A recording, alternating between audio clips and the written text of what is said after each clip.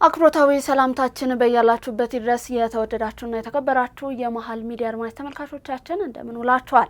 ለዛሬ ዕለት አርብ ወደ እናንተ እንዲደርሱ የተመራረጡትን የቀን መረጃዎቻችንን ይዘንላችሁ ቀርበናል። ዜናውን ላይክና ሼር፣ ሚዲያችንን ሰብስክራይብ በማድረግ ዜናውን ጀምሮ በቅድሚያው አበይት ርዕሰ ጉዳዮችን እናስቀድማለን። በመቀሌ ከተማ በወጣቶች ላይ የተነጣጠረ አፈሳ እንዲሁም እንግልት በከፋ ሁኔታ መቀጠሉ ከስፍራው የደረሱን መረጃዎች አመለከቱ። በደጀን ወረዳ ላገኔ ቀበሌ በተካሄደው ኦፕሬሽን የቡድኑ ሻለቃ መሪን ጨምሮ በርካታ የታጣቂ ቡድኑ አባላት መደምሰሳቸው ተነገረ። የአዲስ አበባ ከተማ አስተዳደር ካቢኔ 6ኛ ዓመት አንደኛ መደበኛ ስብሰባውን በዛሬው ዕለት አካሄደ። ከውጭ ከፓኪስታን ውቅያኖስ ላይ የሚነሳው የኤልኒኖ ክስተት በመቶ ዓመታት ታሪክ ውስጥ ከፍተኛው ሊሆን እንደሚችል የአየር ንብረት ተመራማሪዎች አስጠነቀቁ። ቀደም ብለን ባሻገርናቸው አበይት ርዕሰ ጉዳዮቻችን የዛሬ ዕለት አርብ ቀን መረጃዎቻችንን ጀምረናል። አብራችሁን እስከ ፍጻሜው ድረስ ተቆዩ ዘንድ የአክብሮት ግብዣችን ነው። ከመሸጋገሪያ በኋላ እንመለሳለን።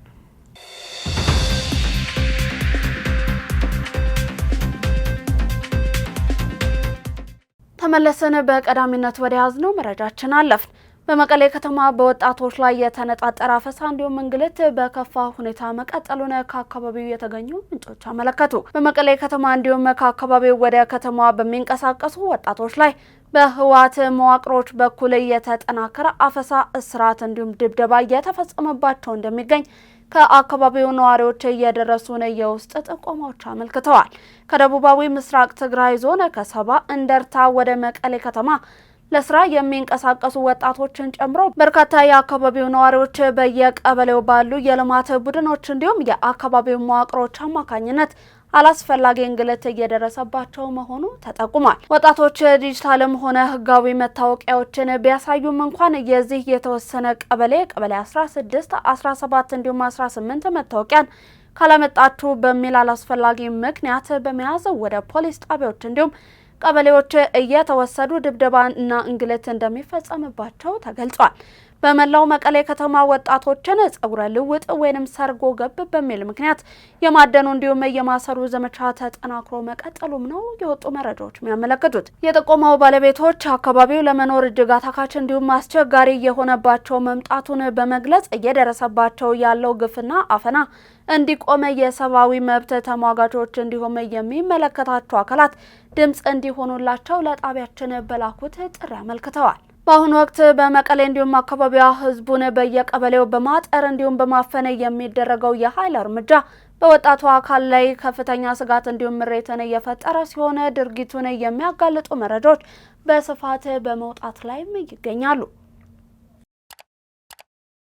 በደጀን ወረዳ ላገኔ ቀበሌ በተካሄደው ኦፕሬሽን የቡድን ሻለቃ መሪን ጨምሮ በርካቶች መደምሰሳቸው ተገለጸ። በአማራ ክልል ምስራቅ ጎጃም ዞን ደጀን ወረዳ ላገኔ ቀበሌ ልዩ ስሙ ናኛት በተባለ ጎጥ የተደራጀ ቡድን በወረዳው ጥምር ጦር በኩል በተወሰደ እርምጃ ከፍተኛ ጉዳት እንደደረሰባቸው ተገልጿል። በጥምር ጦሩ እርምጃ የቡድኑ ሻለቃ መሪን ጨምሮ ከ7 በላይ የቡድኑ አባላት መደምሰሳቸውም ተረጋግጧል። ቡድኑ ክልሉን ለህወሓት እንዲሁም ለጽምዶ አጀንዳዎች አሳልፎ ለመስጠት የሚንቀሳቀስ እንደነበር እየተጠቀሰ ሲሆን እርምጃው በአካባቢው ሰላምና መረጋጋትን ለመመለስ ትልቅ አስተዋጽኦ እንዳለውም ተገልጿል። በደጀን ወረዳ እንዲሁም በዙሪያው ያሉ አካባቢዎችን አስተማማኝ ሰላም ለማስፈን ጥምር ጦሩ የሚያደርገውን የማስከበር እርምጃን አጠናክሮ እንደሚቀጥል ያሳወቀ ሲሆን የአካባቢው ህብረተሰብም ለአካባቢው ጸጥታ መከበር ድጋፉን እንዲቀጥል ጥሪ ቀርቧል። የአዲስ አበባ ከተማ አስተዳደር ካቢኔ 6ኛ ዓመት አንደኛ መደበኛ ስብሰባውን በዛሬው ዕለት ማካሄድ ጀመረ። ካቢኔው በዛሬው ስብሰባው በቀረቡ አጀንዳዎች ላይ ተወያይቶ ውሳኔዎችንም አስተላልፏል። በዚህ መሰረትም የማህበረሰብ ጤና አቀፍ መድን ተጠቃሚዎችን መዋጮ ለማሻሻል የቀረበው የውሳኔ ሀሳብ ተወያይቶ ተግባራዊ እንዲሆን ጸድቋል። ሀገራዊ ፋይዳ ላላቸው ፕሮጀክቶች ማለትም ለሆቴል፣ ለሞልና አፓርትመንት ኢንዱስትሪ፣ ለበጎ አድራጎት መንግስታዊ ተቋማት እንዲሁም የሕክምና ተቋማት የማስፋፊያና አዳዲስ የመሬት ጥያቄዎችን ለመመለስ የቀረበው የውሳኔ ሀሳብ ላይም ተወያይቶ ተፈጻሚ እንዲሆን ጸድቋል። በተጨማሪም በከፊል በኮሪደር ለምተው በከፊል ሳይለሙ የቆዩ አካባቢዎችን በተሟላ ሁኔታ ለማልማት የቀረበው የውሳኔ ሀሳብ ላይ ተወያይቶ ተግባራዊ እንዲሆን በሙሉ ድምጽ አጽድቋል። ኢትዮጵያና አሜሪካ በመከላከያና ደህንነት መስኮች ስትራቴጂካዊ ትብብርን ለመመስረት ተስማሙ። ተጨማሪውን ይዘናል። ኢትዮጵያና አሜሪካ በመከላከያና ደህንነት መስኮች ሁለንተናዊ ስትራቴጂያዊ ትብብርን ለመመስረት ከስምምነት ላይ ደርሰዋል። በመከላከያ ሚኒስቴር የውጭ ግንኙነትና ወታደራዊ ትብብር ዋና ዳይሬክተር ሜጀር ጀነራል ተሾመ ገመቹ የተመራ ከፍተኛ የወታደራዊ ልዑካን ቡድን በአሜሪካ የስራ ጉብኝትን አድርጓል። የልዑካን ቡድኑ በጉብኝቱ ከአሜሪካ መከላከያ ሚኒስቴር፣ ፔንታገን የአፍሪካ ጉዳዮች ምክትል ረዳት ሚኒስትር ብራያን ጄ ኤሌንስ እንዲሁም ሌሎች ከፍተኛ አመራሮች ጋር በሁለትዮሽ የጋራ ጉዳዮች ዙሪያ መክረዋል። በውይይታቸውም የሁለቱን ሀገራት ወታደራዊና ዲፕሎማሲያዊ ትብብሮችን ወደ አዲስና የላቀ ምዕራፍ ለማሸጋገር ከመግባባት ላይ ደርሰዋል። የሁለቱም ሀገራት የመከላከያ ተቋማት ትብብርን ለማስፋትና ስትራቴጂያዊ ቅንጅትን ይበልጥ ለማጠናከር ከስምምነት ላይ መድረሳቸውን የተገለጸው ስትራቴጂያዊ ትብብሩ በዋነኛነት ብሔራዊ ጥቅምና የጋራ ተጠቃሚነት ለማረጋገጥ እንዲሁም የጋራ መተማመንን በማጠናከር በአፍሪካ ቀንድና በሰፊው ቀጠና ዘላቂ ሰላም፣ ደህንነትና መረጋጋትን ለማስፈን ያለመ ነው። ሁለት ወገኖች የተደረሱትን የትብብር ማዕቀፎችን በፍጥነት ወደ ተግባር ለማስገባትና ወደ ተሻለ ስትራቴጂያዊ አጋርነት ለማሳደግ ያላቸውን ቁርጠኝነት አረጋግጠዋል። በተጨማሪም ልዑካን ቡድኑ ከሌሎች የአሜሪካ መከላከያ ተቋማት አመራሮች ጋር ሰፊ ውይይቶችን ከማድረጉ ባሻገር የተለያዩ ጉብኝቶችን ማካሄዱን የውጭ ጉዳይ ሚኒስቴር መረጃ አመልክቷል። በሾላ ገበያ በመኖሪያ ቤት ተከማችቶ የነበረ ከ8.6 ሚሊዮን ብር የሚበልጥ ተበላሸ የኩላሊት እጥበት ኬሚካል ተወገደ። በአዲስ አበባ የየካ ክፍለ ከተማ ሾላ ገበያ አካባቢ በግለሰብ መኖሪያ ቤት ውስጥ በህገወጥ መንገድ ተከማችቶ የተገኘን ከ8 ሚሊዮን 664,495 ብር በላይ የሚገመት የተበላሸና የአገልግሎት ጊዜው ያለፈ የኩላሊት እጥበት ኬሚካል መወገዱን የአዲስ አበባ ምግብና መድኃኒት ባለስልጣን አስታውቋል። ባለስልጣኑ እንደገለጸው ኬሚካሎቹ የኩላሊት እጥበት ክሊኒክ መጋዘን እንደሆነ በሚያስመስል ሽፋን በመኖሪያ ቤት ውስጥ ተከማችተው ተገኝተዋል። የማከማቻ ቦታውም ከሚያስፈልገው ደረጃ በታች የሆነና ከየካ ቅርንጫፍ ጽህፈት ቤት ምንም አይነት እውቅናም ሆነ የብቃት ማረጋገጫ ያልተሰጠው መሆኑ ነው የተነገረው። በቦታው በተደረገ ምርመራ በአጠቃላይ 34 የሕክምና መሳሪያዎችና ኬሚካሎች መገኘትም ችለዋል። ከነዚህ ውስጥ 14ቱ የአገልግሎት ጊዜያቸው ሙሉ በሙሉ ያለፈባቸው ሲሆኑ ቀሪዎቹም ጊዜያቸው ባያልፉም በተገቢው ሁኔታ ባለመከማቸታቸው ለሕክምና አገልግሎት ብቁ እንዳልሆኑ ተረጋግጧል። በተለይም ለኩላሊት እጥበት ሕክምና የሚውሉ ኬሚካሎች በተገቢው የማስወገጃ ሂደት እንዲወገዱም ተደርጓል። ኬሚካሎቹም በአለርት ኮምፕሬሄንሲቭ ስፔሻላይዝድ ሆስፒታል የመድኃኒትና ኬሚካል ማቃጠያ እንዲወገዱ መደረጉን ነው ባለስልጣኑ የገለጸው። የምንናገረው ለመፈጸም ነው። የ7 ሚሊዮን ኮደሮች ኢኒሼቲቭ እንዲሁም የኢትዮጵያ ግዙፍ ተጽዕኖ፣ ይህንን የተመለከተውን ዘገባ እንደሚከተለው ተዘጋጅቷል።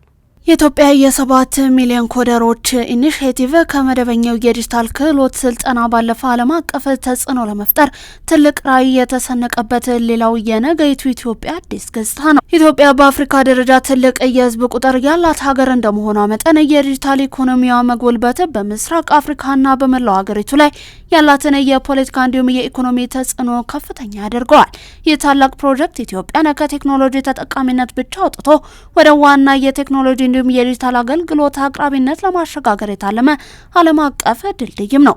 እንደ ጎግል፣ ማይክሮሶፍት እንዲሁም አማዞን ያሉ ግዙፍ የቴክኖሎጂ ኩባንያዎች ኢንቨስት የሚያደርጉት የሰለጠነ የሰው ኃይል ባለበት ሀገር በመሆኑ በኢትዮጵያ በሚሊዮኖች የሚቆጠሩ የቴክኖሎጂ እውቀት ያላቸው ወጣቶች መፈጠራቸው ሀገራችንን በአፍሪካ ተወዳዳሪ የቴክኖሎጂ ማዕከል በማድረግ የዓለም አቀፍ ኩባንያዎችን ትኩረት እንድትስብ ያስችላታል። በተጨማሪም ስልጠናው በዓለም አቀፍ ደረጃ ተቀባይነት ባለው መልኩ የሚሰጥ በመሆኑ ተመራቂዎች የሚያገኙት ሰርተፍኬት በየትኛውም የዓለም ክፍል ተቀባይነት ያለውና በዓለም አቀፍ የስራ ገበያ ተወዳዳሪ የሚያደርጋቸውም ነው። የሶፍትዌር እንዲሁም የቴክኖሎጂ አገልግሎቶችን ወደ ሌሎች የአፍሪካ ሀገራት ለሽያጭ ለማቅረብም ሰፊ እድልን ይፈጥራል። የምንናገረው ለመፈጸም ነው እንዳሉት ጠቅላይ ሚኒስትር ዶክተር አብይ አህመድ በእርግጥም በዚህ ኢኒሼቲቭ ኢትዮጵያ በአጭር ጊዜ ከታሰበው በላይ በማሳካት ቃሏን ጠብቃ የእድገት ግስጋሴዋንም በአስተማማኝ ሁኔታ ቀጥላለች። ተቀጥራ በምትሰራበት መኖሪያ ቤት ከ500 ሺህ ብር በላይ የሚገመት የወርቅ ጌጣጌጦችን እንዲሁም ላፕቶፖችን እየሰረቀችው ተከሳሽ በእስራት ተቀጣች። ተከሳሽ ቦንቱ ሀብታሙ የስርቆት ወንጀሉን እየፈጸመችው በጉለሌ ክፍለ ከተማ ወረዳ 10 ልዩ ቦታው ሸጎሌ መንደር 7 ተብሎ ከሚጠራው አካባቢ ነው። ተከሳሽ ተቀጥራ ከምትሰራበት መኖሪያ ቤት ውስጥ የአሰሪዋን አለመኖር እንደ መልካም አጋጣሚ በመጠቀም ተቆልፎ የነበረውን የመኝታ ቤቱን በር ቁልፍ ሰብራ በመግባት ቁምሳጥን ውስጥ ተቀምጦ የነበረን አጠቃላይ ግምቱ 535 ሺህ ብር የሚገመት የጆሮ ጌጥ 6፣ የአንገት ሐብል 2፣ የጣት ቀለበት 3፣ የጆሮ 1 ጌጦችን እንዲሁም 1 ላፕቶፕን ሰርቃ ተሰውራለች። የግል ተበዳይ ንብረታቸው መሰረቁን እንዳወቁ ለጉለሌ ክፍለ ከተማ ፖሊስ ዋና መምሪያ አሳውቀዋል። ፖሊስ የቀረበውን መረጃ መነሻ በማድረግ ባደረገው ብርቱ ክትትል ተከሳሽን ከተደበቀችበት ሰበታ አካባቢ ከነ ኤግዚቢቱ በቁጥጥር ስር በመዋል እንዲሁም ምርመራውን በማጠናቀቅ በአቃቤ ሕግ በኩል ክስ እንዲመሰረትባት ማድረጉን ገልጿል። የተከሳሽ ቦንቱ ሀብታሙን ጉዳይ ሲመለከት የቆየው የፌዴራል የመጀመሪያ ደረጃ ፍርድ ቤት መገናኛ ምድብ ወንጀል ችሎት ተከሳሿን ያስተምራል፣ ሌሎችንም ያስጠነቅቃል በማለት በ5 ዓመት ከ5 ወር እስራት እንድትቀጣ ወስኖባታል። ግለሰቦች ወንጀልን ፈጽመው ለጊዜው የተሰወሩ ቢመስላቸውም ከሕግ ተጠያቂነት ማምለጥ እንደማይቻል የገለጸው የአዲስ አበባ ፖሊስ ዋና ጠቅላይ መምሪያ ሕብረተሰቡ ንብረቱን ሲያስቀምጥ አስፈላጊውን ጥንቃቄ ማድረግ እንዳለበትም መልእክቱን አስተላልፏል። ቀይ ባህር የተፈጥሮ ወሰናችን ነው። የራስ አሉላ አባ ነጋ ታሪካዊ ተጋድሎ እንዲሁም ህያው የዶጋሊ ድል ተጨማሪውን ይዘናል። ኢትዮጵያ በውጭ ወራሪዎች በውስጥ ባንዳዎችና በጎረቤቶቿ የተቀናጀ ጫናና ወረራ ብትፈተንም በጀግኖች ልጆቿ መሪነትና በጽና ህዝባዊ ደጋፊነት ሉዓላዊነቷን እያስከበረች ታላቅ ሀገር ናት። ታሪካችንን ወደ ኋላ መለስ ብለን ስንቃኝ ሀገራችን እንኳን ዛሬ ጥንትም የማትደፈርና ዳር ድንበሯን የምታስከብር ለመሆኗ የራስ አሉላ አባ ነጋ ታሪካዊ ተጋድሎ ትልቅ ማረጋገጫ ነው። የጣሊያን ጦር ምድራችንን ለመውረር በቋመጠ ጊዜ ራስ አሉላ እኔ የሮማ ጠቅላይ ገዢ ሆኜ ሲሄድ ብቻ ነው ጣሊያኖች ሳጢ ድረስ ሊመጡ የሚችሉት፣ አንዴ ክንዴን አሳይቻቸዋለሁ፣ እንደገና ከመጡም ደግማቸዋለሁ። ራሱ ቀይ ባህር የኢትዮጵያ የተፈጥሮ ወሰን ሆኖ ኖሯል ይኖራልም ሲል የተናገሩት የቁርጠኝነት ቃል የዚሁ የታሪክ እውነታ መገለጫ ነው። ከቱርክ እስከ ጣሊያን በተጠነሰሰው ሴራ የኦቶማን ቱርኮች ምጽዋን በያዙ ጊዜ አጼ ዮሐንስ 4ኛ እስከ መጣ ጠብቁኝ ቢላቸውም ራስ አሉላ ለጌታ ድግስ እንጂ ጦር አላቆይም በማለት የቱርኩን ጦር ድባቅ መተውታል። ከ3 ዓመታት በኋላ በድጋሚ የመጣው የጣሊያን ጦር ድል ያደረጉ ሲሆን በሽንፈቱ የተበሳጨው የጣሊያን መንግስት ለሁለተኛ ጊዜ 3 ክፍል ጦር አዘጋጅቶ ጥር 18 ቀን 1879 ዓ.ም በዶጋሊ ከራስ አሉላ ጋር ተፋጠጡ። በዚሁ የዶጋሊ ጦርነት በቶማስ ዲ ክሪስቶፈር ይመራ የነበረው የኢጣሊያን ጦር በራስ አሉላ ተፈጥሯዊ ወታደራዊ ስልትና በኢትዮጵያውያን ወኔ ድባቅ ተመቶ ከ500 በላይ ወታደሮቹ ተደምስሰዋል። ይህ ድል በሮም ከፍተኛ ድንጋጤን የፈጠረ ሲሆንም እንግሊዝ የህይወት ውልን አፍርሳ ምጽዋን ለጣሊያን አሳልፋ ብትሰጥም ራስ አሉላ በኩል ፊት እንዲሁም በዶጋሊ ባስመዘገቡ ድል ሀገራዊ ሉዓላዊነታችንን አስከብረዋል። ከዶጋሊው ድል በኋላ ጣሊያን በጦርነቱ ለተደመሰሱት ወታደሮቿ በሮም የ5 መቶዎች አደባባይ ሐውልትን ስታቆም ራስ አሉላ አባ ነጋ ግን በዓለም ህዝብ ልብ ውስጥ ዘላቂ ጀግንነት ሐውልታቸውን ተክለዋል። የዶጋሊ ድል ኢትዮጵያን የጸረ ቅኝ ግዛት ተጋድሎ ምልክት እንድትሆን እያደረገና ለታላቁ የአድዋ ድል መነሻ የሆነ የመጀመሪያው ወሳኝ ምዕራፍም ነው። አሉላ አባ ነጋ የደጋ ላይ ኮሶ በጥላው ያደክማል እንኳንስ ተቀምሶ የተባለ የተገጠመላቸውና በጉንደንት በጉርአ በሳሃጢ በመተማና በአድዋ ሀገራቸውን እያስከበሩት ታላቁ የአፍሪካዊ ጄኔራል ራስ አሉላ አባ ነጋ የካቲት 8 ቀን 1889 ዓ.ም ቢያልፉም እኛ የነዚህ ታላላቅ የድል አባቶቻችን ልጆች በመሆናችን በትላንቱ ታሪካችን እየኮራን ዛሬ የሚገባንን ስንጠይቅ በዘመኑ ቋንቋ የዲፕሎማሲ መርህን ተከትለን ነው። የተወደዳችሁ የመሃል ሚዲያ አድማጭ ተመልካቾቻችን እየተመለከታችሁ የምትገኙት ለዛሬ ለአርብ ወደ እናንተ እየደረሰ የሚገኘውን ቀን መሃል ዜናችንን ነው። ከውጭ ወደ ያዝናችሁ አለፍን።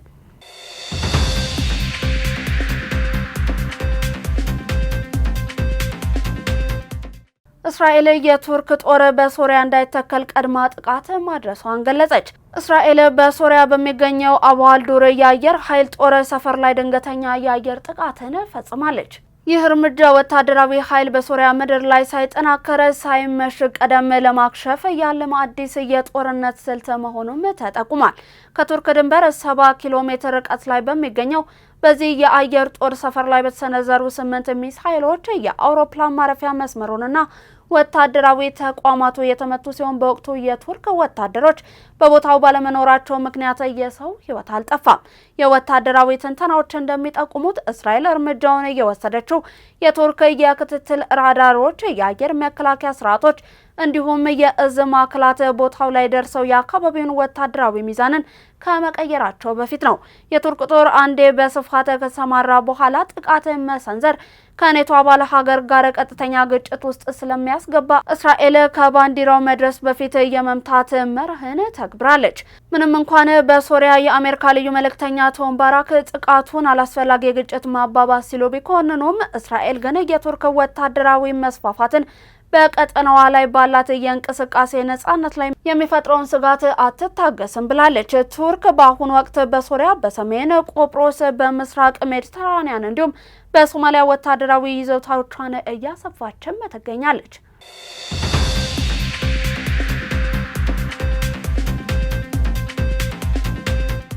ከፓኪስታኑ ውቅያኖስ ላይ የሚነሳው የኤልኒኖ ክስተት በመቶ ዓመታት ታሪክ ውስጥ ከፍተኛ ሊሆን እንደሚችል የአየር ንብረት ተመራማሪዎች አስጠነቀቁ። በየ7 ዓመቱ የሚያጋጥም የአየር ንብረት ክስተት የሆነው ኤልኒኖ የዓለምን የሙቀት መጠን የሚጨምር ሲሆን ለአስከፊ የአየር ሁኔታ መጋለጥ እድልንም ይጨምራል።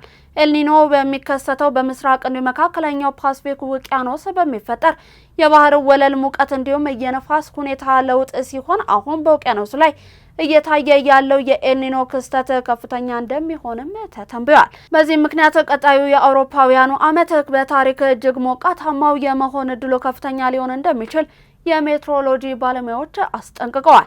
ይህ የአየር ንብረት ለውጥ በዓለም አቀፍ ደረጃ ተጽዕኖ እያሳደረ መሆኑን የተለያዩ መረጃዎች አመልክተዋል። በህንድ የዝናብ መጠን በአማካዩ የቀነሰ ሲሆን በአትላንቲክ ውቅያኖስ አካባቢ ያለው የንፋስ እንቅስቃሴንም አግዶታል።